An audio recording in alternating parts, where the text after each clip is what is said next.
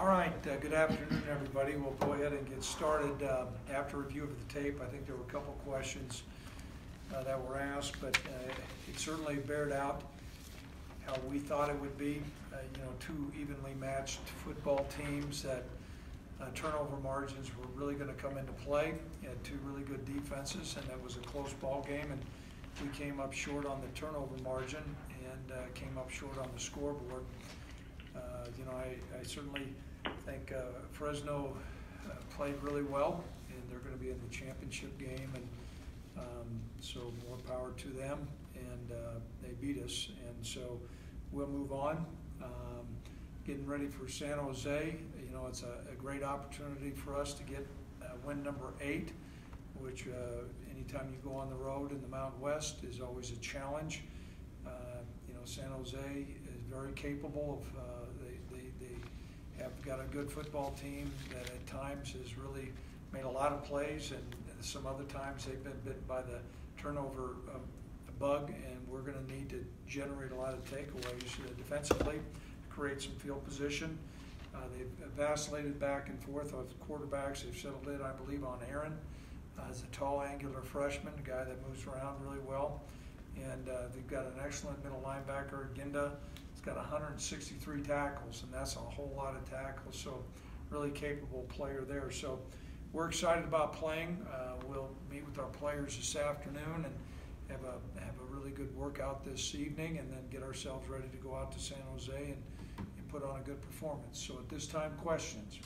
So Craig, I know it's just Monday, but Josh Allen update. I know. Yeah, the Josh Allen update.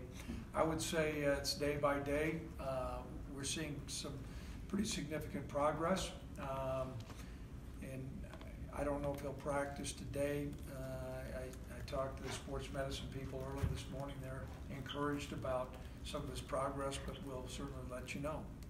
Coach, I guess you mentioned Frank Ginda. You had a pretty impressive resume even coming into this year. Just what does he do so well, and what will you guys have to be kind of careful about this? When he carries his pads really well, he's got a good nose for the football. We'll need to make sure we get some movement up front on their defensive linemen.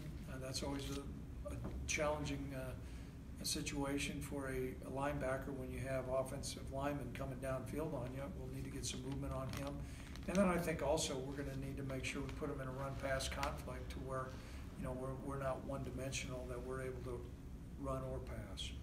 You mentioned, you look at the film about, how Nick played last week, and his last 2 drives, certainly showed some things. And look, I know he hadn't started a game in a long time, but do you feel, after looking at the film, what are your thoughts? Sure. And maybe do you open things up more for him this game? That's a $1 million question, because we did move the ball through the air at the tail end of the game.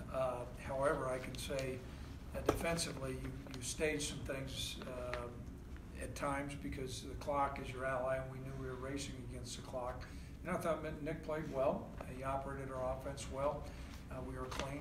He didn't turn the ball over. There were no interceptions, and there was some pressure on him. So we're pleased with his progress and appreciate his efforts.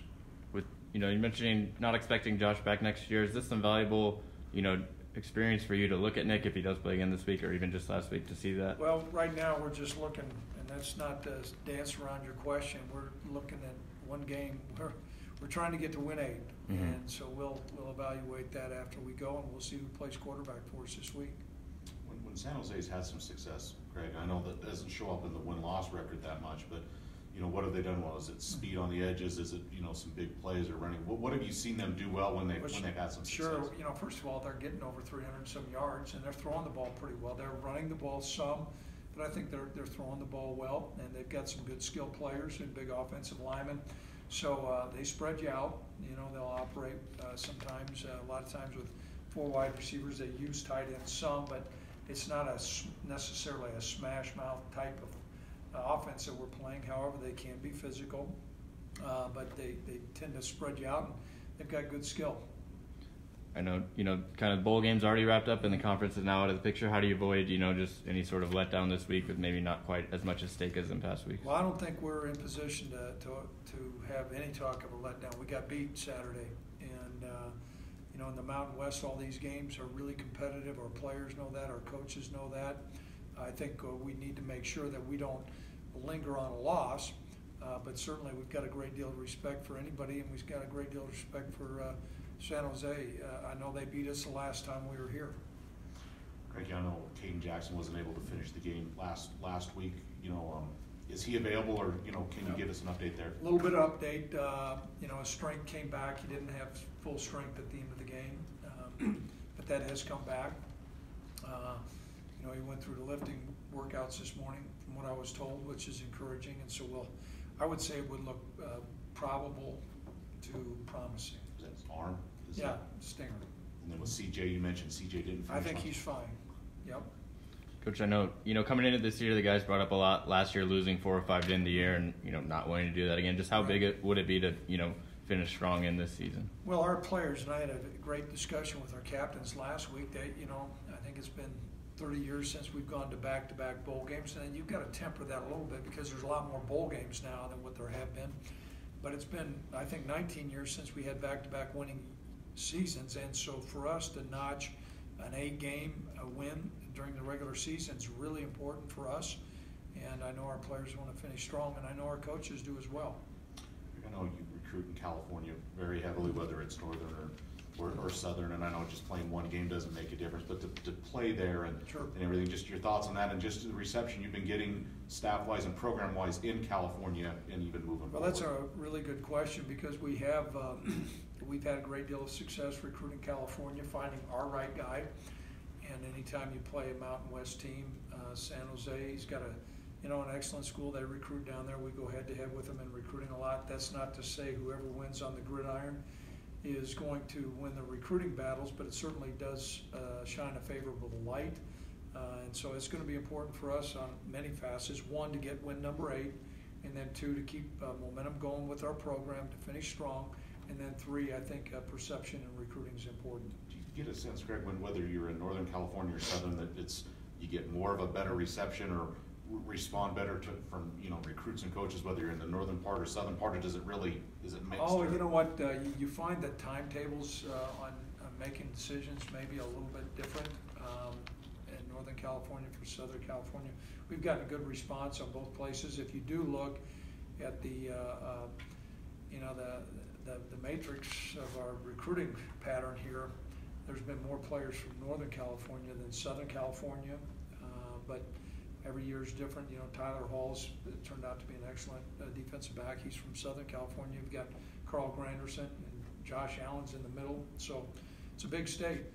I guess logistically, is it helpful to actually be out there in terms of the recruiting you can do in California? I know last year you guys didn't go out there until the bowl game.